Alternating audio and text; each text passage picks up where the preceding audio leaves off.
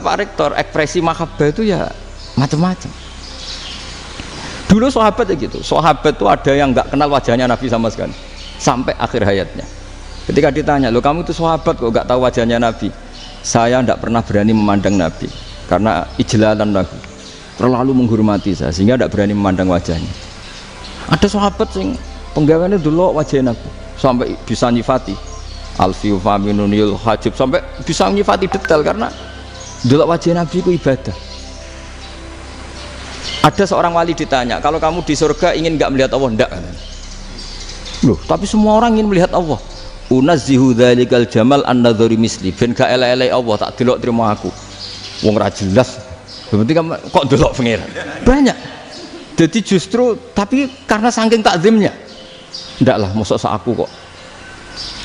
Makanya saya berkali-kali cerita, menurut kesepakatan ulama, soft awal itu paling baik. Tapi banyak juga wali yang kalau sholat itu di belakang. Koyok paling bener yang kok ngarep gitu. Lu bayangkan misalnya kamu semangat di soft awal di Masjid Haram, jebule sholatnya salah. Itu dari malaikat, gayane kok ngarep, jebule ra roh. Iku di sini-sini wong. Jebule bodoh gitu. Gayane kok ngarep jebule. Coba orang kalau sowan Mbah Mun yang berani di depan itu kan ya ketuanya atau jubirnya kan, yang merasa ndak pati pinter-pinter kan mesti di pojokan. Artinya sudut pandang seperti itu ya sah saja, apa? Sah saja. Makanya banyak sahabat yang jarang sowan Nabi, alasannya takut ganggu Nabi.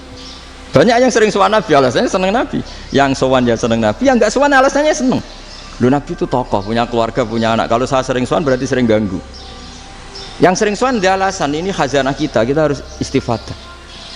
Jadi zaman dulu dia biasa, dua sahabat yang satu milih mahabbah itu milih sering sowan, yang satu juga mahabbah milih tidak sering.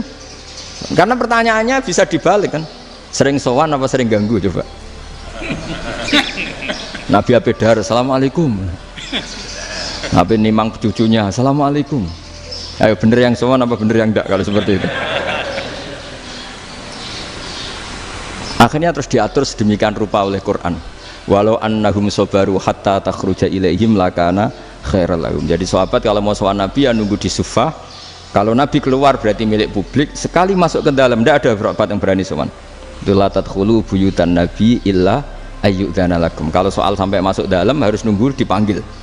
Karena sekali Nabi masuk dalam itu milik privat keluarga, milik istrinya, milik cucunya, milik keluarganya. Jadi Nabi sekali keluar ke ruang itu berarti milik publik. Itu terus jalan tengah. Karena kalau langsung masuk, bayangkan saya itu sering menyaksikan Mbah Mun habis ngaji 2,5 jam ngaji Jalalain, baru masuk assalamualaikum, padahal yai mungkin mau ke kamar mandi, mau ini itu. Jadi dulu itu Quran sangat modern, sebelum ada dokter ngatur tamu, rektor ngatur tamu itu Islam sudah modern. Dia kan gak fair kan, misalnya saya ke Unisma harus janjian pakai ini, terus kalau misalnya kesini selonang-selonang kan lucu kan, mentang-mentang kiai terus juga sowan-sowanan selonang-selonang, padahal kalau kita mau ke mereka pakai protokol. Sering tidak fair dunia ini, tapi karena aku kiai ra oleh gelo ya sudah. Akhirnya saya memutuskan gak gampang kemana-mana karena itu.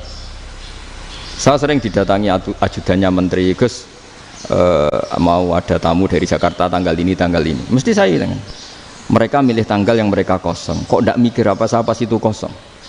Tak jawab enggak lah, sebelum diatur bahasanya dan tawaduknya gitu. Akhirnya dibalik, datang lagi, Gus jam dengan kosong apa kita menyesuaikan. Lah itu lagi dia akhlak kata saya. Itu baru punya akhlak kata saya. Bukan masalah ini, bukan masalah gengsi ya. Saya sendiri itu dolan ke alumni itu jarang karena ya takut.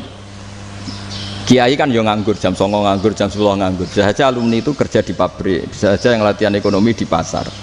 Sehingga kalau saya datang jam 9, iki kiai sing nilai santri ini, apa kiai sing ganggu santri. Nah karena orang ini melakukan rutin gak kok berpikir, pokoknya ngono jenenge silaturahim. Mau nyerah kok berpikir, padahal kalau diangen-angen ini kiai yang nilai santri ini, apa kiai yang ganggu santri ini karena datang di jam kerja. Nah, bayangkan kalau kebenaran dulu itu dikawal oleh satu peradaban perang. Jadi Nabi sesuai diangen-angen Pak Nabi. Perang Badar menang Nabi, perang Uhud menang wong kafir, perang ini gonta-ganti. Apapun itu yang penting satu kesimpulannya, cara Rasulullah kesimpulannya satu. Orang tidak kober mikir kebenaran secara mengendapkan pikiran dengan pikiran jernih. Maka hebatnya Nabi ketika perjanjian, pokoknya saya minta nggak ada perang. Dan orang boleh mendiskusikan Islam. Itu luar biasa idenya Nabi.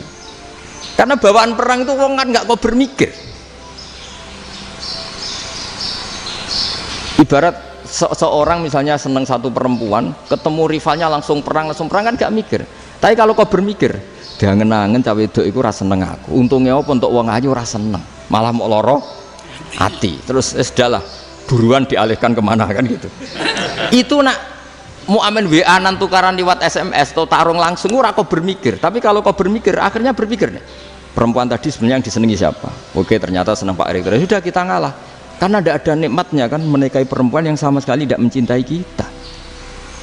Tapi kalau nak kau berpikir pokoknya diprovokasi, wah gue kalah mbak A, gue kalah mbak B, pikirannya kan ojo sampai kalah. Bareng wis menang ternyata ada lah.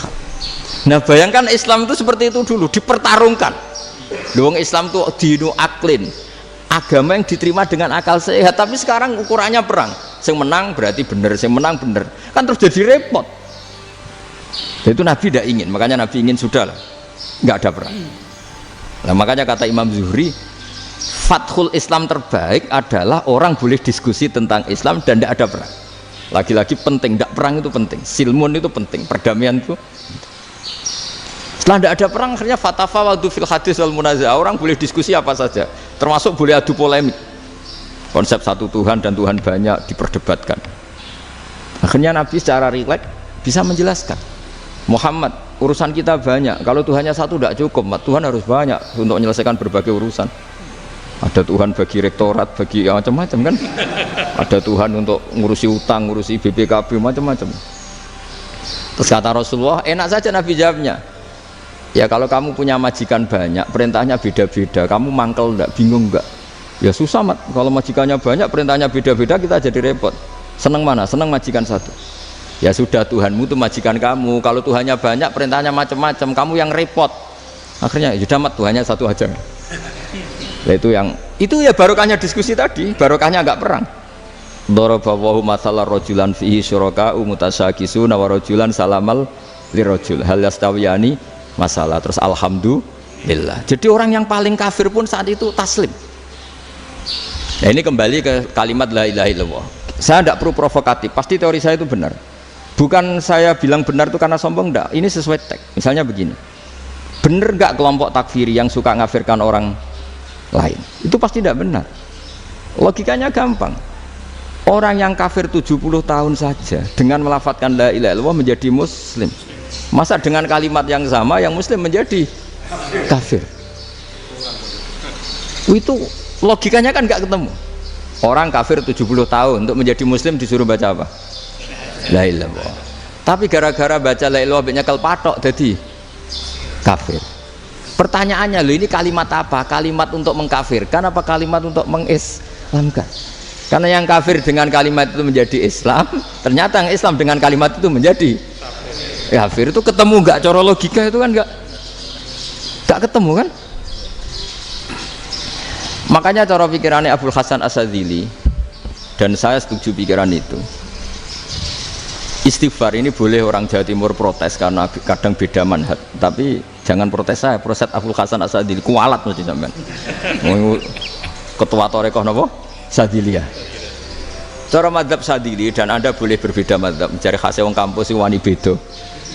Beda kapasitas lah, pokoknya butuhnya beda. Dan ketok pinter, ketok kritis tuh.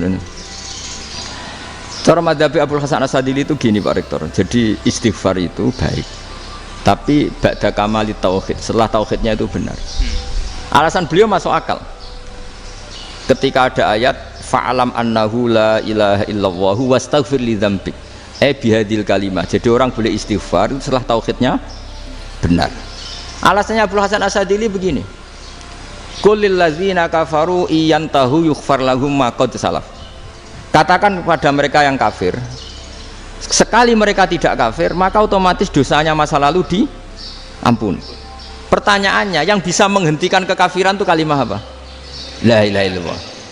Dengan hanya melafadzkan la ilaha illallah Muhammadur Rasulullah langsung yufar lahum ma qad salaf, langsung dosanya ampuni.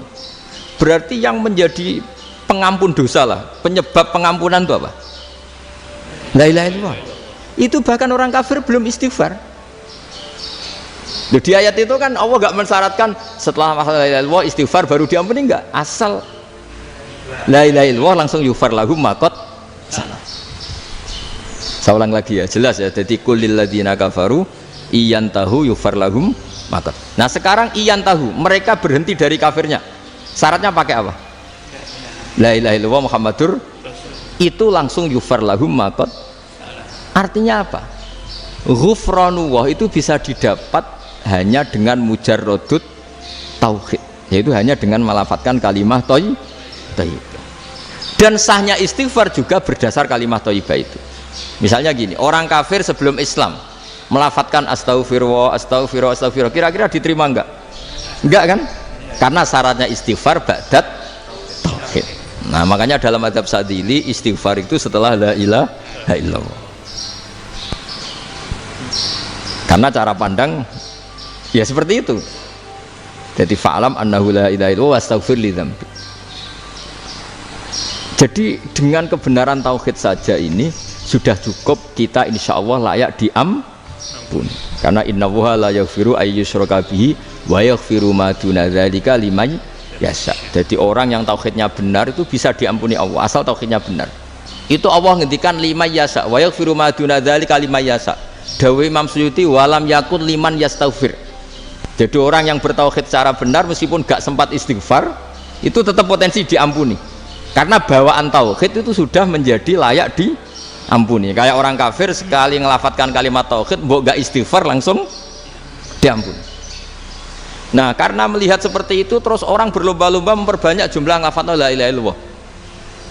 Jadi kita yang alim, kita semua, saya tidak bilang saya, kita termasuk yang di pinggir-pinggir saya ngaku alim nggak masalah lah, soalnya kita semua yang alim-alim itu tahu bahwa la ilaha illallah itu super, sudah bawaannya tauhid, juga punya kelayakan diampuni. Nah, kemudian nasib kita agak sial, malah kalimat ini dituduh bid'ah, dituduh khurafat. Mergo Nabi nggak pernah tahlilan, Nabi nggak pernah. Nabi gak pernah tahlilan, kalau diartikan Nabi ratau maca la ilaha illallah, aneh gak kalimat ini. Nah, ini provokatif ini. Jadi ini sudahlah, keanehan-keanehan ini kita terima karena ciri utama wali, ciri utama ulama itu wa'udhu fisabili, harus pernah disakiti. Jadi kalau Unisma sakit karo dituduh apa? Dituduh bid'ah itu berarti belum calon ulama. Calon ulama itu wa'udhu